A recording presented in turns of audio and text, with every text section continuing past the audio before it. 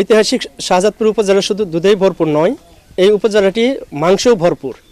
আমাদের শাহজাদপুর উপজেলায় প্রায় ৭৭,০০০ ষাঁড় গরু হৃষ্টপুষ্টকরণ করা হয়েছে কুরবান ঈদকে সামনে রেখে। এর মধ্যে সনাতনী ইউনিয়নে, যে ইউনিয়নটি আমাদের সমতল উপজেলা থেকে একেবারে বিচ্ছিন্ন, যমুনা নদীর অববাহিকা অবস্থিত এবং নদী ভাঙ্গন এলাকা, এই এলাকায় প্রায় ৭,৭০০টি ষাঁড় গরু লালন পালন করা হয়েছে কুরবান ঈদকে সামনে রেখে, যার বাজার মূল্য প্রায় ১,৮৭৫ কোটি টাকা।